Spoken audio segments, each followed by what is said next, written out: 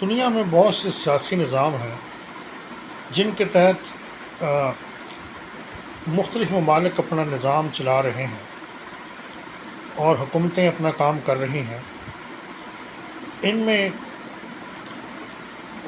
جمہوریت، صدارتی نظام، پارلیمانی نظام، آمریت، شہنشاہیت، استبدادی نظام وغیرہ نمایاں مثالیں ہیں۔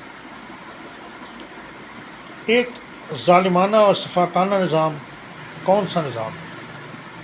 ایک ظالمانہ اور شفاقانہ نظام وہ سیاسی نظام ہے جس میں فنڈامنٹل رائٹس جو ہیں، یعنی شہریوں کے جو بنیادی حقوق ہیں، وہ معطل ہوتے ہیں، نایاب ہوتے ہیں۔ وہ انسانوں کو، شہریوں کو دستیاب نہیں ہوتے۔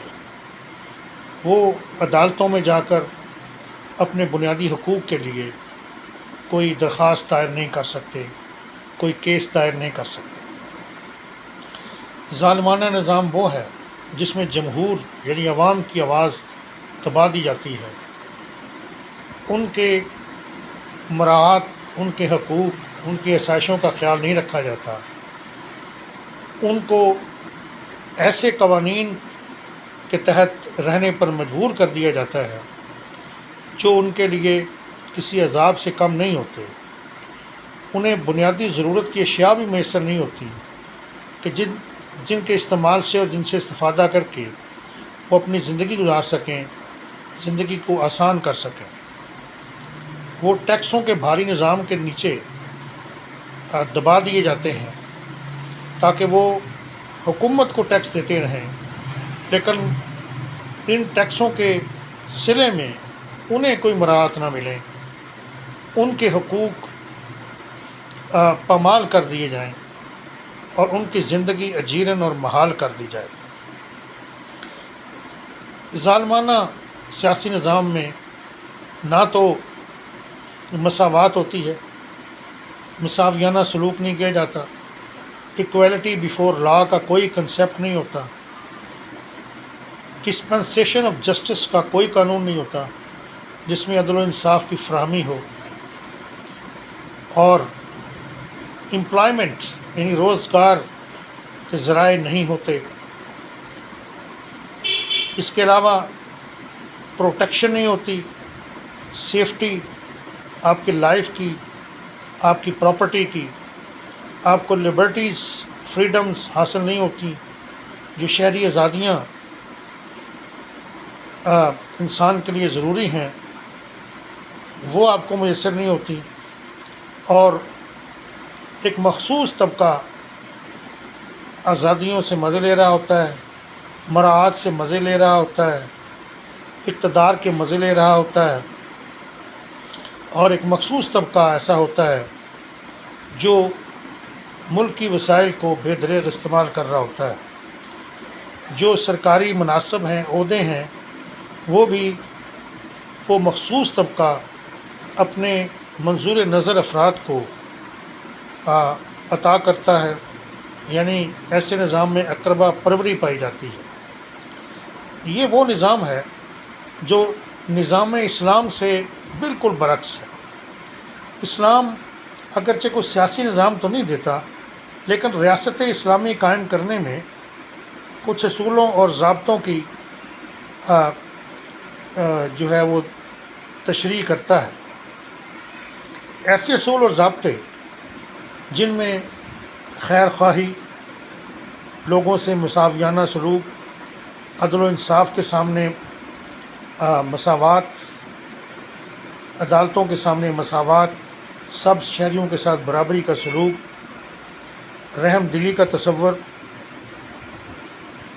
بیت المال کے ذریعے سے خیر خواہی اور فلاحی مملکت کا قیام، لوگوں کے بنیادی حقوق اور مراعات کا تحفظ، ان کی جان و مال کا تحفظ، اور نظام زکوٰۃ کے علاوہ ہر قسم کے ٹیکس کا انکار، کوئی ٹیکس نافذ نہیں کیا جائے گا، صرف زکوٰۃ وصول کی جائے گی۔ غیر مسلموں سے بہترین سلوک، ان کے حقوق کا تحفظ وغیرہ۔ ایسے قوانین اسلامی ریاست کا خاصہ ہیں جو انسانی زندگی کو تحفظ فراہم کرتے ہیں اور شہریوں کے لیے زندگی کو آسان کرتے ہیں۔ اگر ایسے قوانین موجود نہ ہوں جو ہمیں اسلام کی ریاست سے، اسلامی ریاست سے ڈیڈکٹ کرنے پڑتے ہیں، ان سے اخذ ہوتے ہیں، تو ظلم اور بربریت کے سوا کوئی نظام نہیں رہ جاتا۔ اسی لیے علامہ اقبال نے کہا کہ جدا ہو دین سیاست سے تو رہ جاتی ہے چنگیز، یعنی ہماری سیاست بھی دین کے اصولوں کے تابع ہونی چاہیے۔ اسی صورت میں شہریوں کی زندگی آسان ہو سکتی ہے، ورنہ نظام ظالمانہ ہوگا اور چنگیزیت یعنی ظلم و بربریت قائم ہو جائے گی، جس سے انسانی زندگی سہل نہیں ہوگی بلکہ انتہائی مشکل ہو جائے گی، اور وہ مغصوب اور مظلوم ہو کر زندگی گزاریں گے۔ ایسی ریاست کا، ایسے قوانین کا، ایسے پارلیمان کا، ایسی کابینہ کا اور ایسے حکمرانوں کا کیا فائدہ کہ جن کے افعال سے، جن کے کرتوتوں سے عوام تنگ ہوں، عوام بیزار ہوں اور عوام کو ان کے حقوق نہ ملیں، ان کی بنیادی ضرورت کی اشیاء بھی ان کو میسر نہ ہوں اور مہنگائی نے ان کا جینا حرام کر دیا ہو۔ ہمارے حکمرانوں کو بھی اس سلسلے میں غور کرنا چاہیے کہ وہ ظالمانہ نظام نافذ کر رہے ہیں یا وہ اسلام کے دیے ہوئے سنہری اصولوں کے مطابق حکمرانی کر رہے ہیں۔ ان حکمرانوں کے، ان سیاسی جماعتوں کے منشور جو مینیفیسٹو ہوتے ہیں وہ تو بڑے شاندار بیان کیے جاتے ہیں، لیکن ان منشوروں میں سے کسی ایک منشور پر بھی، کسی منشور کے ایک نقطے پر بھی عمل نہیں کیا جاتا، جو انتہائی قابل افسوس ہے۔ لوگوں سے دھوکہ دہی کی جاتی ہے اور لوگوں کو سبز باغ دکھا کر ان سے ووٹ لے کر اقتدار میں یہ لوگ آ جاتے ہیں اور پھر ظالمانہ اور سفاکانہ نظام، استبدادی نظام قائم کر لیتے ہیں۔